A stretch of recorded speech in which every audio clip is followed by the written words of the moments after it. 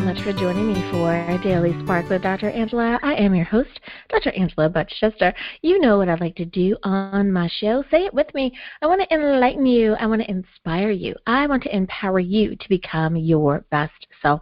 Now, Scripture reminds us that the tongue is a small thing that makes grand speeches, but a tiny spark can set a great forest on fire. And today, we want you fired up about my guest, Eric Gribble. The title of his book is Placing Australians on a Fast Elevator to the Future. So go on, get comfy, get cozy, get your coffee or get your tea, because we are about to get started. Hello, Eric. Thank you so much for joining me here on Daily Spark with Dr. Angela. Yeah, thank you very much for having me, Dr. Angela. Yeah, thank you for it. Absolutely, absolutely. And I can't wait to talk to you about your book. However, the tradition around here is that we give every author an opportunity to introduce themselves before we get started. So my first question to you is, what makes you you? Can you tell us a little bit about yourself? I'm a horticulturalist. I grow frangipanis for a living. Of all things, they're just an ornamental plant. And I was born in New Zealand, and yeah, that's about it, really. I've lived. I lived most of my life in New Zealand, and I've been influenced by the social conditions around me. Not too sure about that. Now, being an author, is that something that you've always wanted to do, or did you find that life presented the opportunity and you said yes? Life presented the opportunity mainly as a consequence of what I was observing around me. So yes, the short answer is yes. Life presented the opportunity, and it's like life experiences.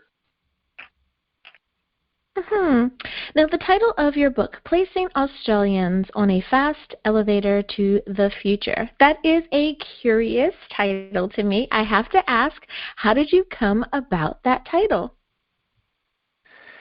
Well, people will be amused by how I came about that title. It was, I've always been interested in anything to do with, basically space technology. And it was the concept of building an elevator to space where it extended beyond geostationary orbit so that it throws out the elevator. So if it's in order to stay above one position on the ground, the centrifugal force will throw it away from the planet, whereas it will counterbalance the weight of the elevator below. So, it's based on carbon nanotubes. Anyway, the short answer is that I applied that to the title because that's what the book is basically about, trying to changing society and putting it back on track. So that's the answer anyway. I can definitely understand what your goal is to illustrate some sense of balance or symmetry in the social norms that we have, and what society should be versus what it is, or what it could be versus what it is. Absolutely, I can definitely understand that. That's awesome. Now, when you were in the process of writing, did you find that you needed any particular environment to really be able to kind of hear yourself think? Did you need that quiet space away from everyone else, or did that perhaps not bother you? I definitely needed that quiet space. We used to do a lot of research and a lot of reading, and yes, I definitely needed that quiet space just to sit down and jot down my thoughts. I think it was a good idea just to put things down as a bit of a flow chart, so I had some idea of how I was going to structure a book. and then just try to link different ideas into different parts of the flowchart. And I thought that was the best way to organise the book.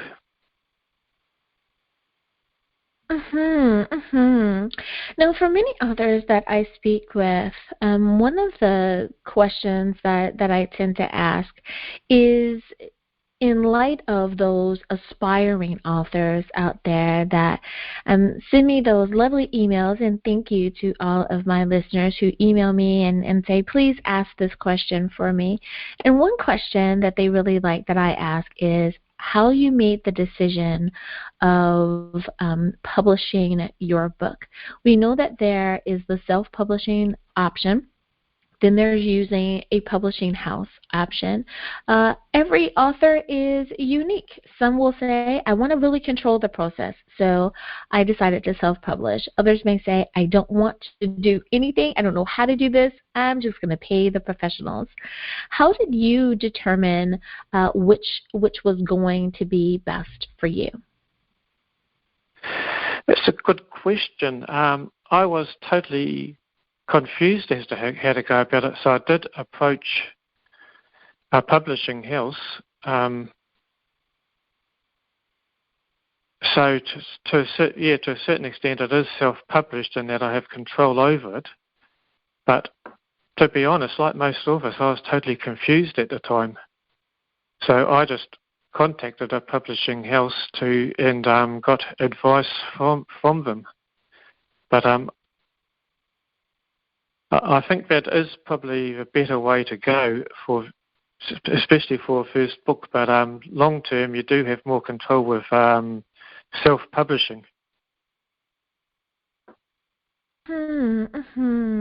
Now, as far as how to properly read your book, many times authors will present it in a format that kind of helps the reader go along on the journey, perhaps putting certain things in chapter 1, certain things in chapter next, and it really helps kind of pull the reader along.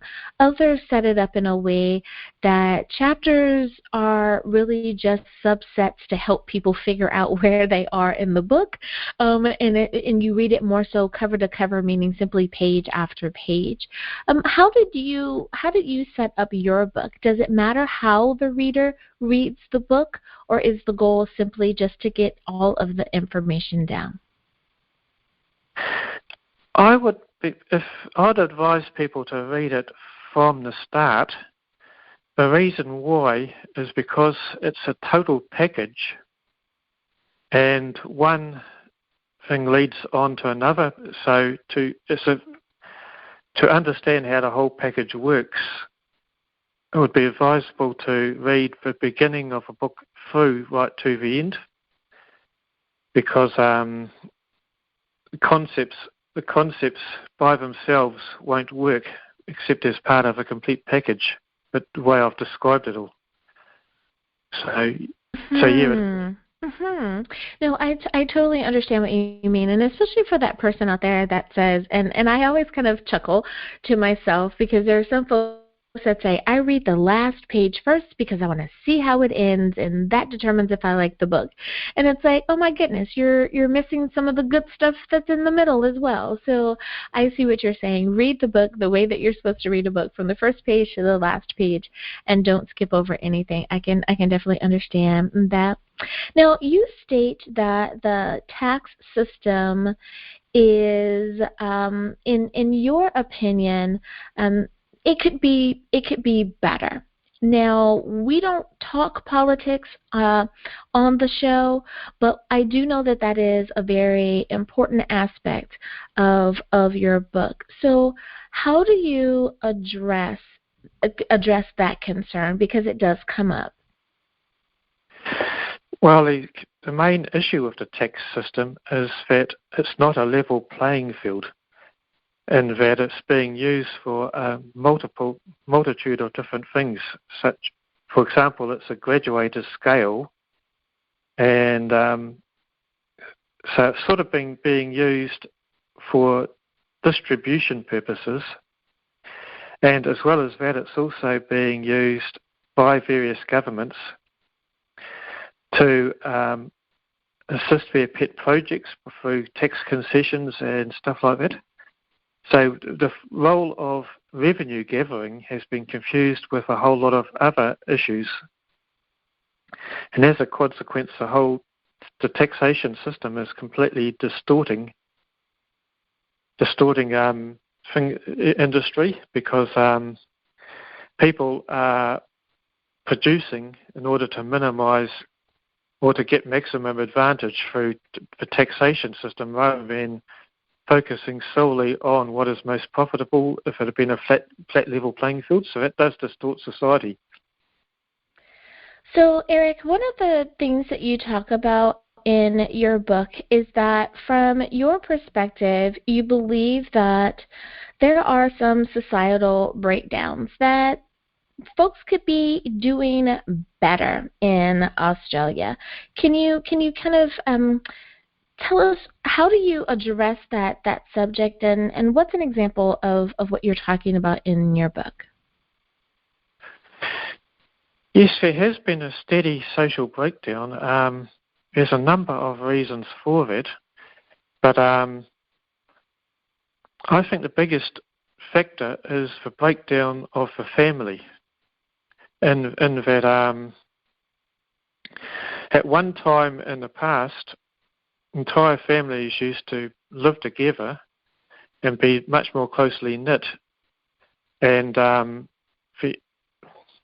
the elderly tended to mentor younger people, whereas today younger people leave a family at a young age and are left basically to their own devices, but have no life skills and have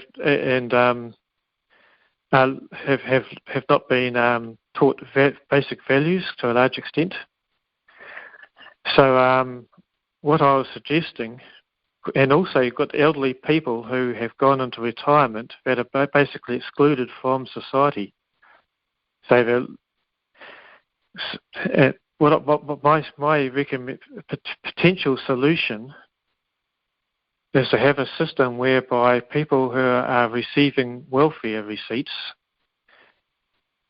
here's both a carrot and a stick approach. Those who are receiving welfare receipts, the stick approach is if they don't go onto a mentoring system, they only receive basic tickets for basic essential living, like an accommodation ticket, vouchers for food, and the basic needs that they need. Whereas if they go onto a mentoring system, they get discretionary spending.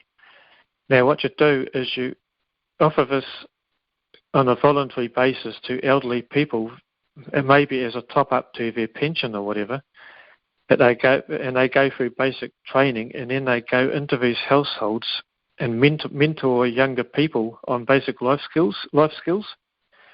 Because a lot of young people don't even have knowledge of basic nutrition for their young children. So, but one of the big factors is you cannot put elderly people into a dangerous situation, so it would have to be very carefully controlled. So, but what I'm trying to do is bring the two groups, the elderly and the young, together, which was so that you have that basic mentoring, because elderly people have a lifetime of experience. So that is one possible solution that I've come up with. Mm-hmm. And I can see how thinking that a grandparent mentoring the grandchild, the senior person mentoring the younger person could definitely be a way to give back to society. That is a very plausible thing that could definitely happen. I know that in the States, people have their understanding of what they think the welfare system is, and I think it really shocks people when they find out that it's not the people that they think that are receiving welfare benefits. It's really, a different group of folk. And when we really look down into it, we find out that sometimes things are propaganda, and there are some folks that need it, some folks that don't need it, some folks that are abusing it. So I see what you're saying is you would like to try to make sure that the people who don't need it could wean themselves off of it. And the people who do need it, let's give them a lifeline for as long as they need it until they no longer need it. I like the concept there. Well, Eric, it is time for us to go to break. But before we do, can you remind everyone, please, what is the title of your book? Where can we get a copy, and how do we stay in contact with you?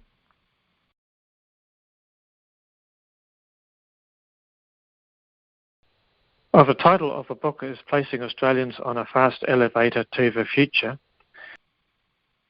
You can get a copy at Amazon or else most bookstores. You can get in contact with me on gribble.eric3@gmail.com. Alrighty, everyone. Now you know where you can get a copy of the book. We'll be back right after this.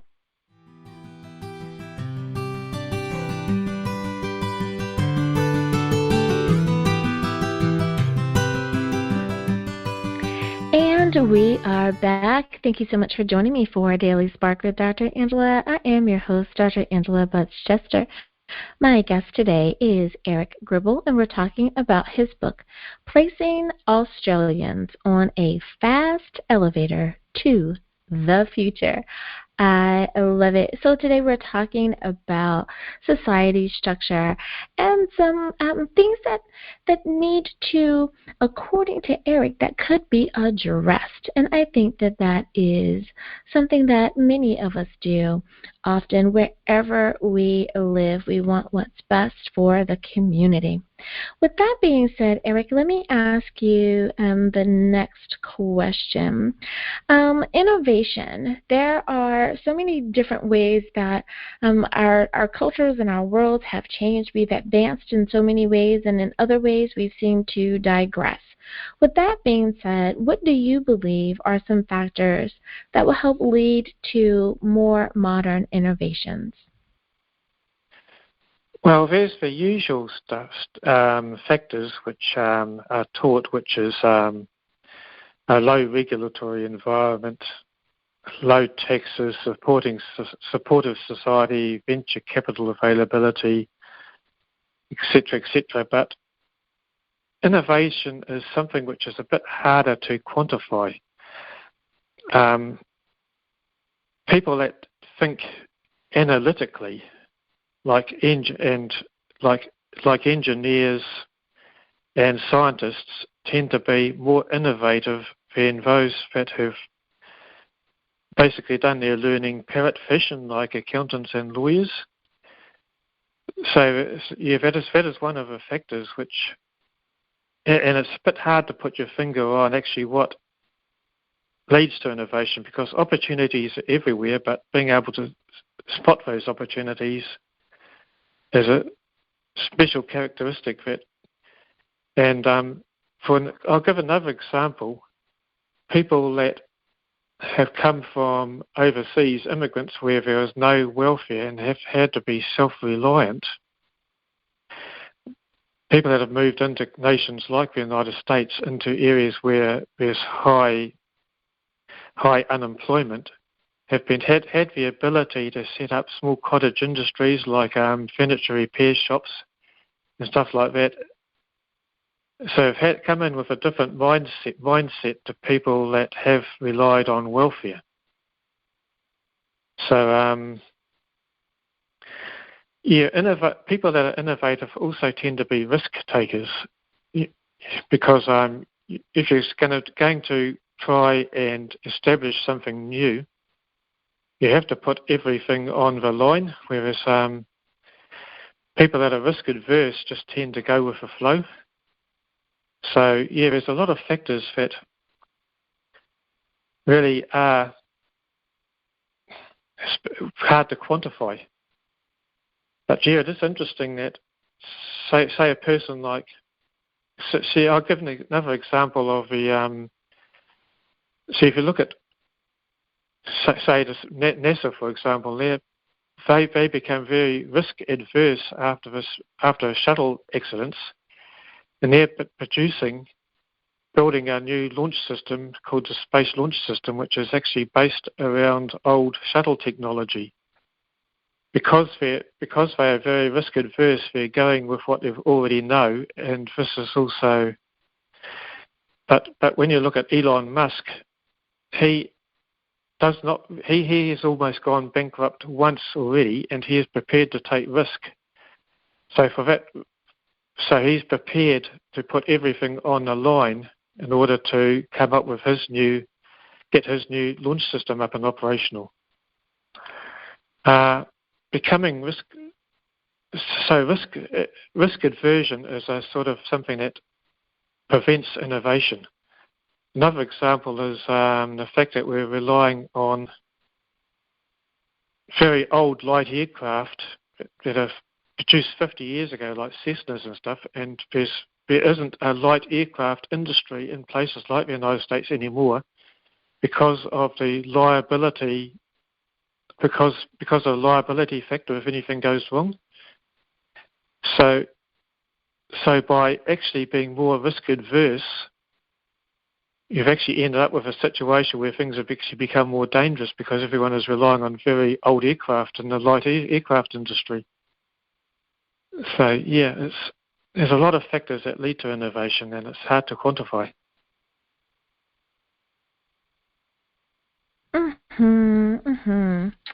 Now, what was one of the hardest things you found to write about in your book or in your story?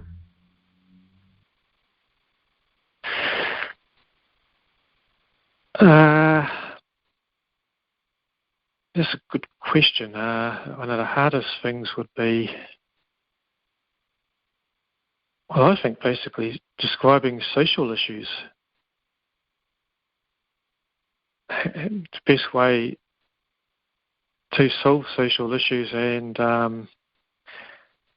how to address social issues and how to quantify how people think, and because it's quite difficult to explain that one. How to quantify the way people think in this way. And it is such an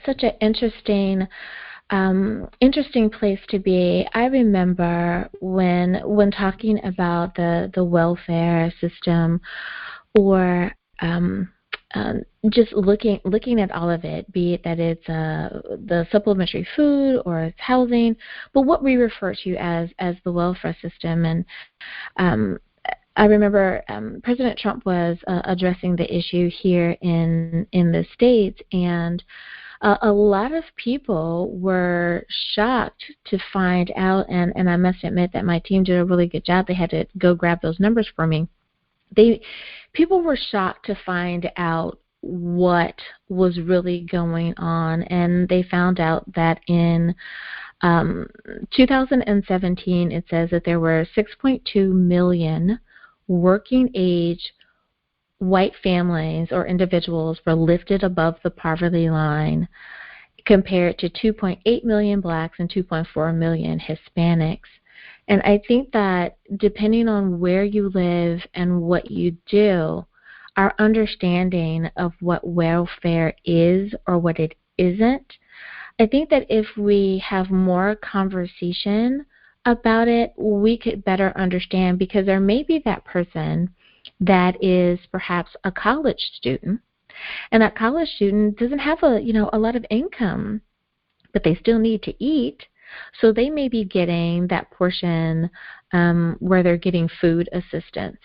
And even though they may not be thinking like, oh my goodness, I'm receiving welfare, they're just thinking, I need to eat, So I think that what you're trying to do with addressing the issues and putting it out there and saying, hey, what can we do? What do we need to do? And how can we really make this so that it's not a thing of stigma. It's a program that's actually utilized by people who need it and not by people who abuse it. Because I think you're onto something when you say that there are some folks that are abusing the systems that our country's put out there, and we really need to make sure that we get any bad apples out of the bunch, so that those who truly need it will be able to utilize it. You are definitely on to something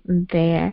Well, Eric, I have enjoyed my conversation with you today, and you have really helped shine some positive light upon what's going on, not necessarily just here in the States, but around the world, that we need to really look at the programs that are available, and let's make sure that the right people are getting the right things when they need it. And I love your idea of a senior mentoring a young adult and how that can really stand in the gap.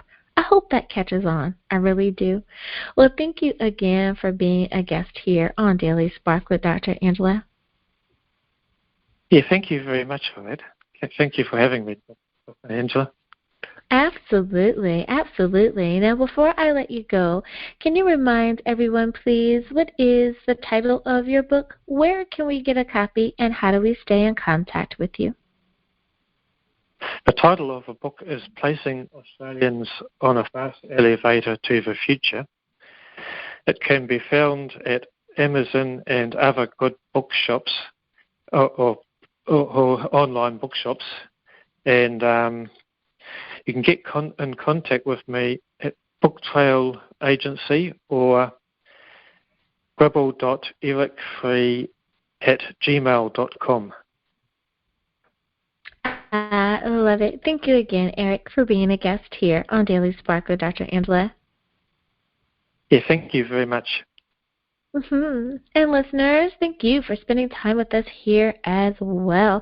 As always, may the Lord continue to shine His face upon you. May you receive His grace and His mercy in all that you do. Until next time, everyone, remember that you are blessed in the Lord. Have a great day, everyone. Bye-bye.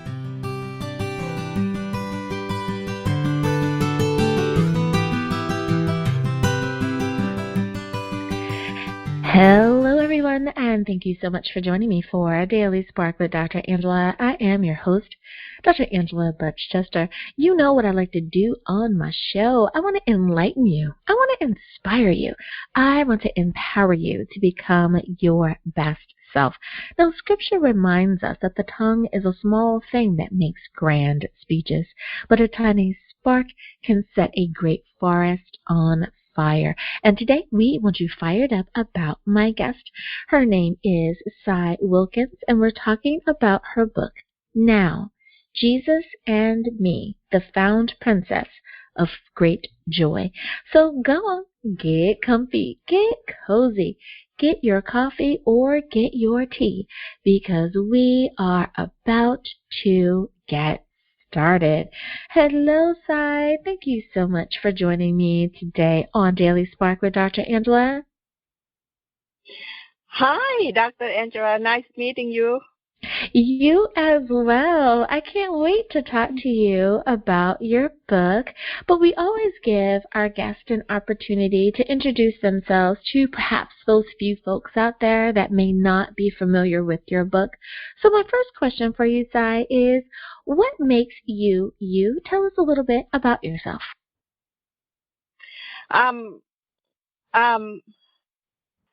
About myself, I'm working, and I came here from Laos, and when I was 19 years old, I came here, and I didn't know English, so now I'm working, and some might retire, and try to write more book, and try to enjoy my life. Absolutely, absolutely. I remember one time I was talking to someone who had just retired, and they said, "Man, I guess I'm gonna go sit down. I guess that'll be okay." And I was like, "Absolutely! You've just retired. You've been getting up at 4, 5, 6 a.m. for over 30 years. Have a seat. Of course, you have earned this deserved break." So it's absolutely, I hear you. It's well deserved, I'm sure.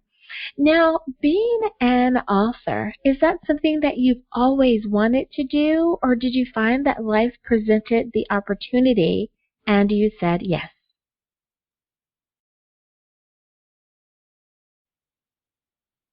Yes, no.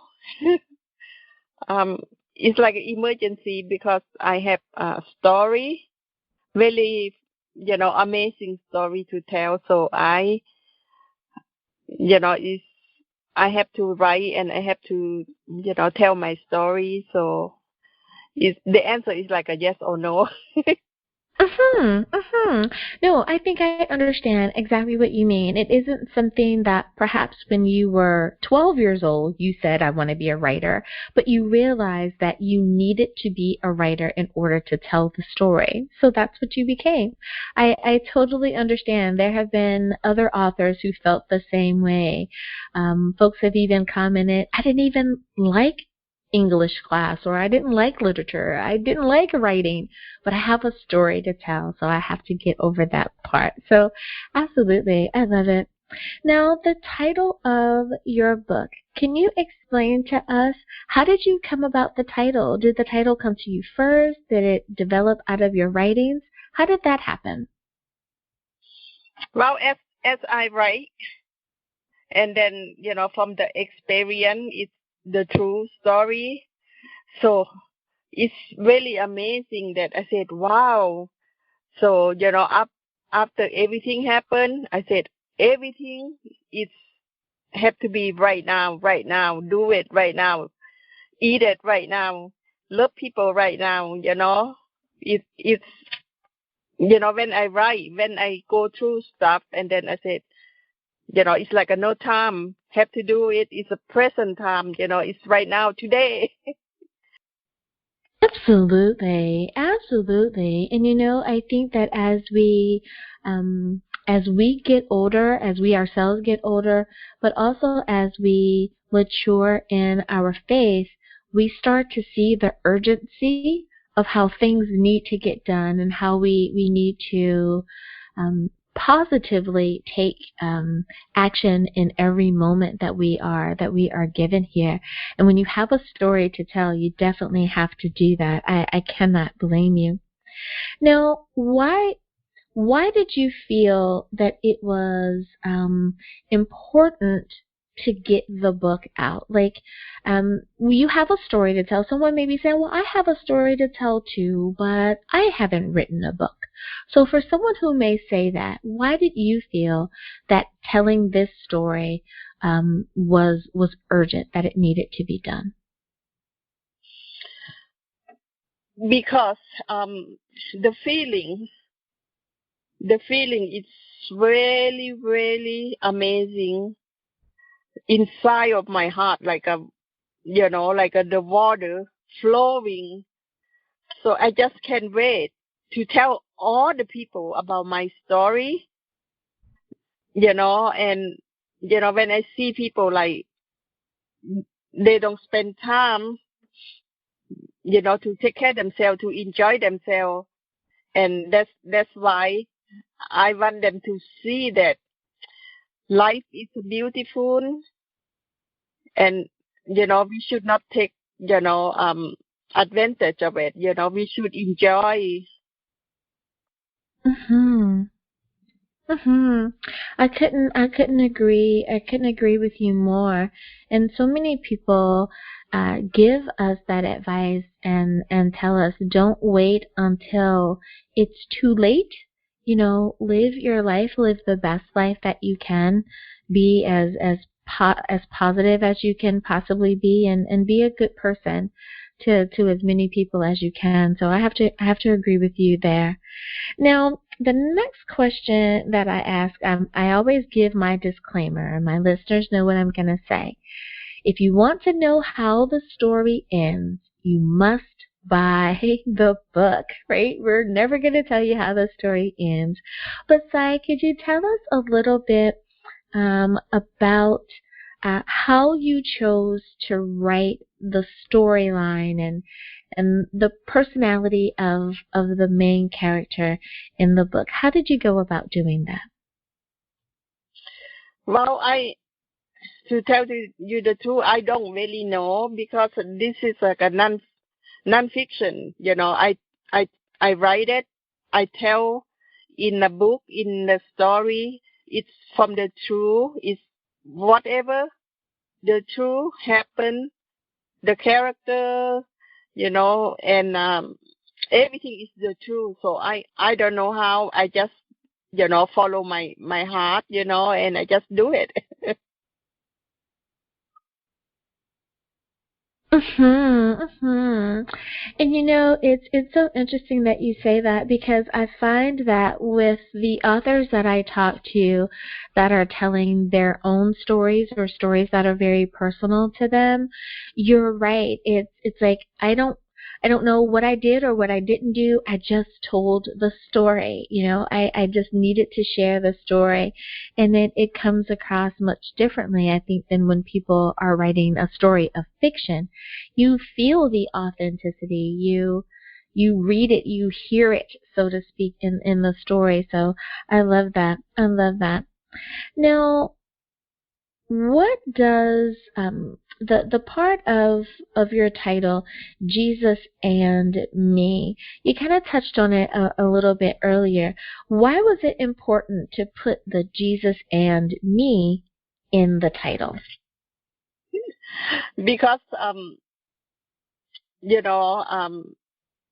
so before I decided to write the book, Jesus, told me, because he's in part of my life. But before I became Christian, so I didn't know him. I didn't know anything about him. So my life, it was like all the people, But after I know him, I saw him many amazing things, and then I said, "Wow, this is me and Jesus, Jesus and me." My life is all about me and him and me. Mm-hmm.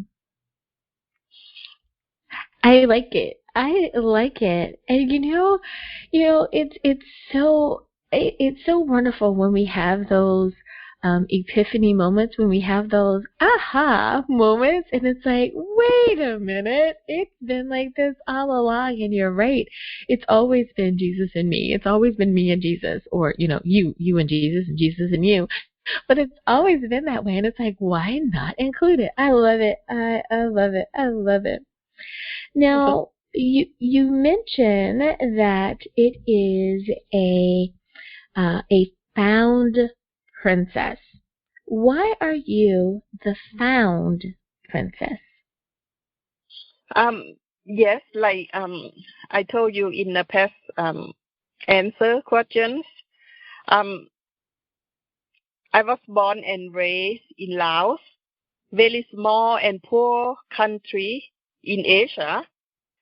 So over there, 99%, they go to Buddha temple. They don't even know Jesus. Nobody should talk about Jesus. And the way they train us is to go to the Buddha temple, so we can go to heaven, give money and food to the monks, so we can eat food, and we can have money when we die, when we die from the world, the earth, and then we still need money and food to eat. That's how they train us, over there. So to make things short, so when I came here, and I decided to go to to the church, and then got baptized, and then I felt different. I said, no, this is not, this is not the way it's supposed to be. When I want to see heaven one night, and and then the reason for that, because Jesus died and he's a king of everything, and then he called me his child, and now I am his princess. So, like, I was lost before, now I am found. Mm-hmm. So that's why I call, found princess. Mm-hmm. Mm-hmm. It is so interesting that you say it, and I totally understand that, because people who follow me, and especially when we're not on radio, but you're on Instagram with me, or you're on Facebook with me, or you've purchased a digital product from me, I will always say we are king's kids. So if we are, a king's daughter, we are a princess. We are a prince for boys. So, you're right. I totally understand what you mean by that. And we should act accordingly. So I love it. I love it.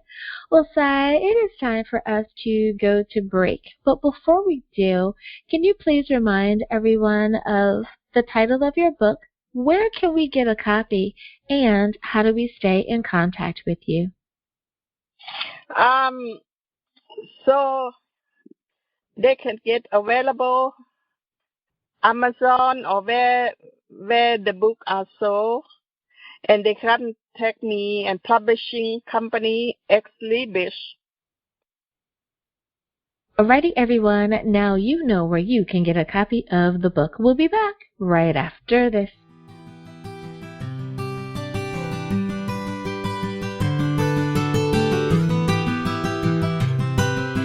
And we are back. Thank you so much for joining me for Daily Spark with Dr. Angela. I am your host, Dr. Angela Chester. My guest today is Sai Wilkins, and we're talking about her book, Now, Jesus and Me, the Found Princess of the Great Joy. Now, my next question for you, Sai, is there may be someone out there that is kind of having a tough go at it right now. There may be something going on in their lives, and they're not quite sure if they feel the same way about God that they used to. So my question to you is, for someone who's saying, I need to learn how to trust God more, or I want to make sure that I'm all in when it comes to my faith, what do you say to that person? How can you help them with trusting God more? Have to be strong. Like me, from my experience, when I was in that dark place, it's really hard, to blame God, to trust God. It's really hard. But, we have no choice. We have to trust Him. We have to hang on, but He's always there with us. Trust me. You know what I mean? Yeah, He always there with us, with everybody. He died for us, not for only me or you, for the whole world, Even we don't see Him, but it's okay, just trust Him. So that's all I can tell. You are so right.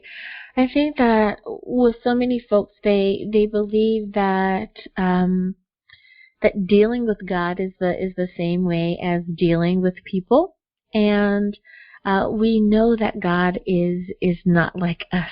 And that's a positive thing. That's a great thing.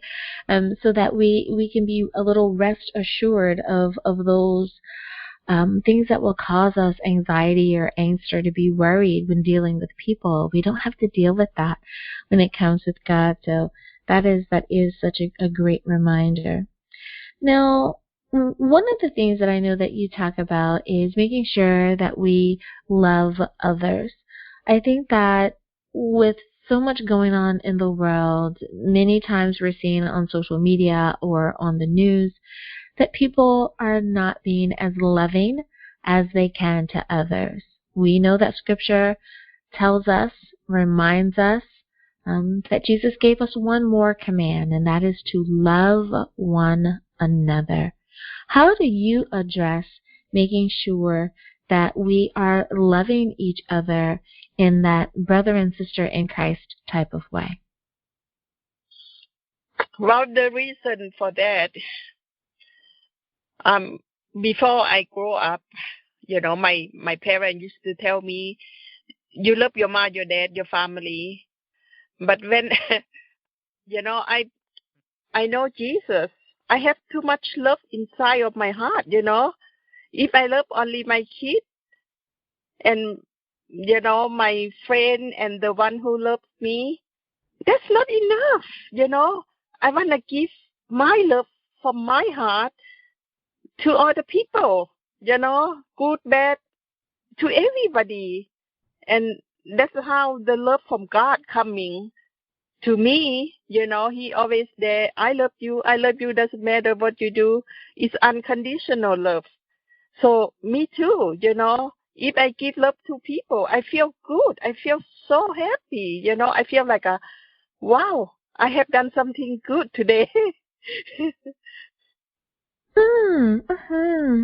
You're so right, and thank you for that reminder of, doesn't it feel good when we do stuff that's really nice for the other person, that it didn't cost us anything, it didn't harm us in any way, to be nice, to be kind, to help someone else.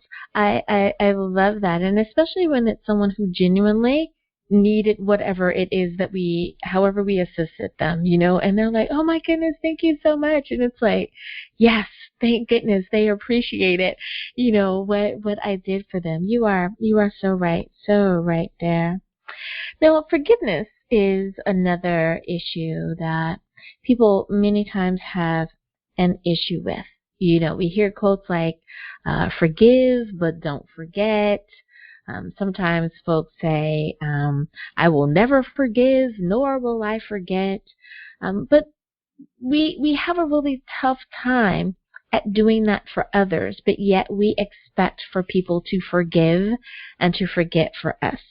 How do you address the issue or the importance of forgiveness in your book?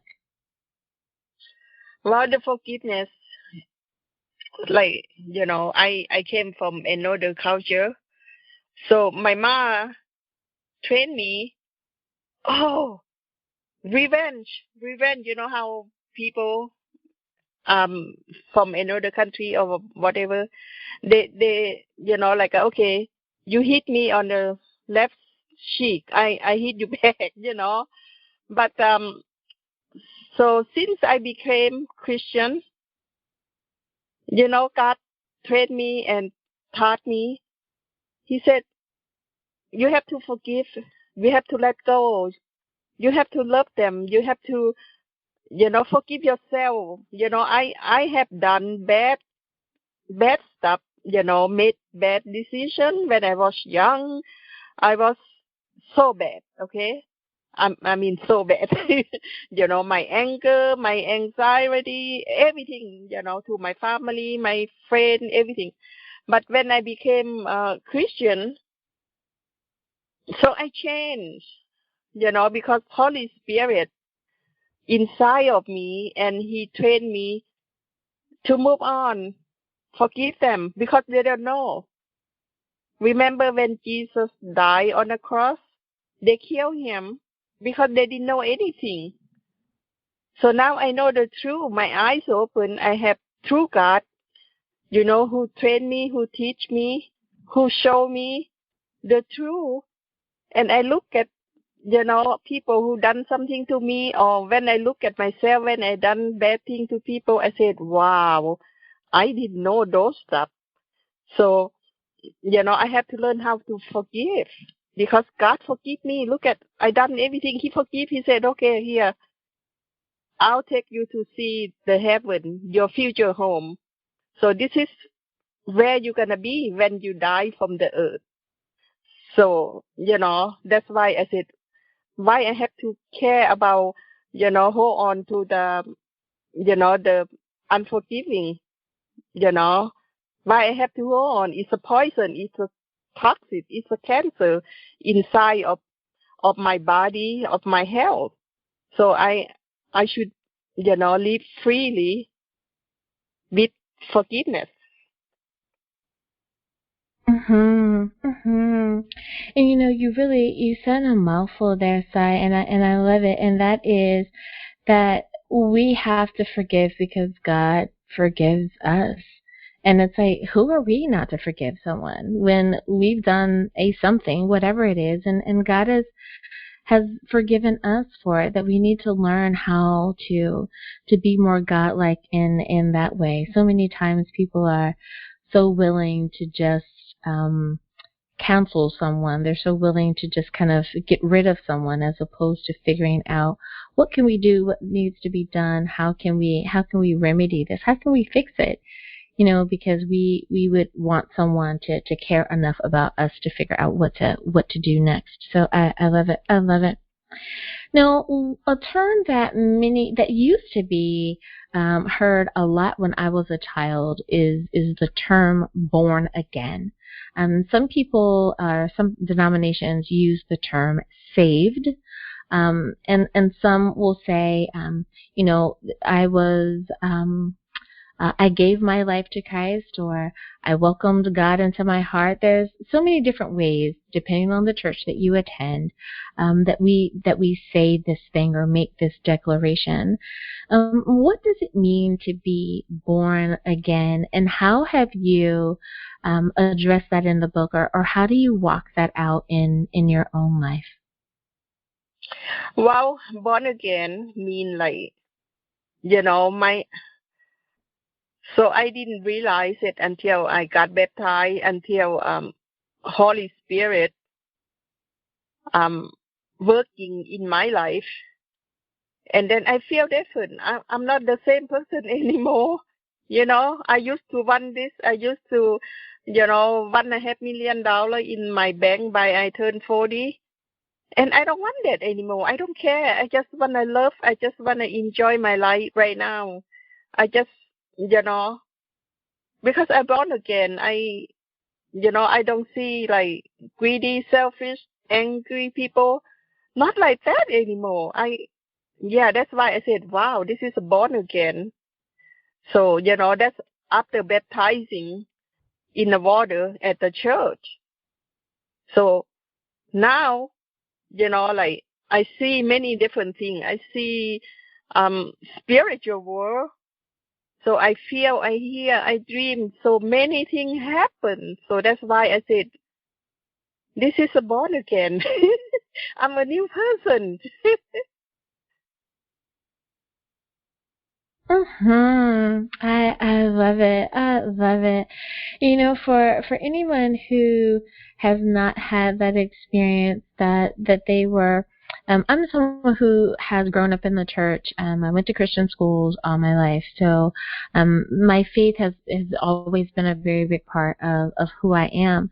But even in that, I have had my personal moments of reckoning with God. And I remember when I got baptized, I was so excited to be able to do the confirmation, but to make my own proclamation that I belong to God and God belongs to me. I was so excited to be like, yes, I am a daughter of the King. And it was really, really, really exciting in that moment, and to know that the possibilities are now endless as far as what you can do and who you can become, and all that God has in store for you. It is such a beautiful place to be. So absolutely, being born again is wonderful. It really, really is. Now, last question for you, and that is, and you've kind of told us throughout the entire interview, but when it comes to your faith, do you believe that it has made you the person that you are today? Do you think that it's a combination of stuff or things that you've simply learned along the way? How has your faith made you the person that you are today, Sai? Well, it's from my past experience. Think about football player. They have to practice a lot, right? Like so rain or shine, like me, I became stronger because I got through those stuff. Like um living paycheck by paycheck, struggle and anxiety, all those things, And now I'm not afraid anymore because life too short. I don't have time. I don't have time to worry. So I have to enjoy. What can I do, right? I love it. I love it.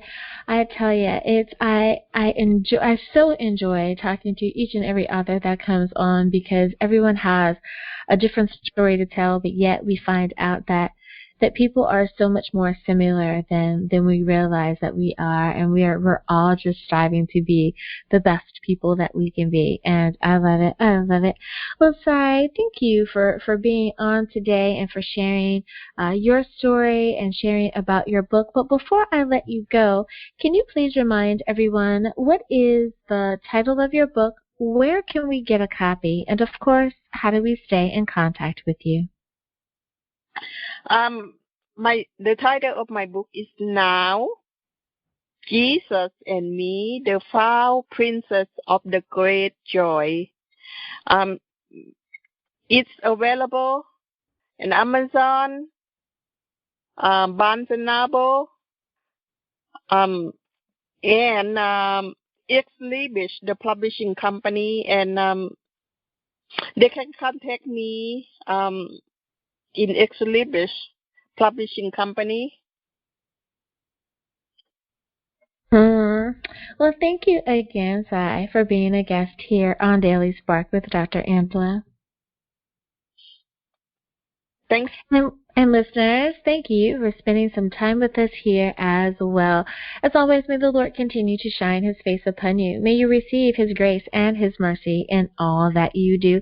Until next time, everyone, remember that you are blessed in the Lord. Have a great day, everyone. Bye-bye.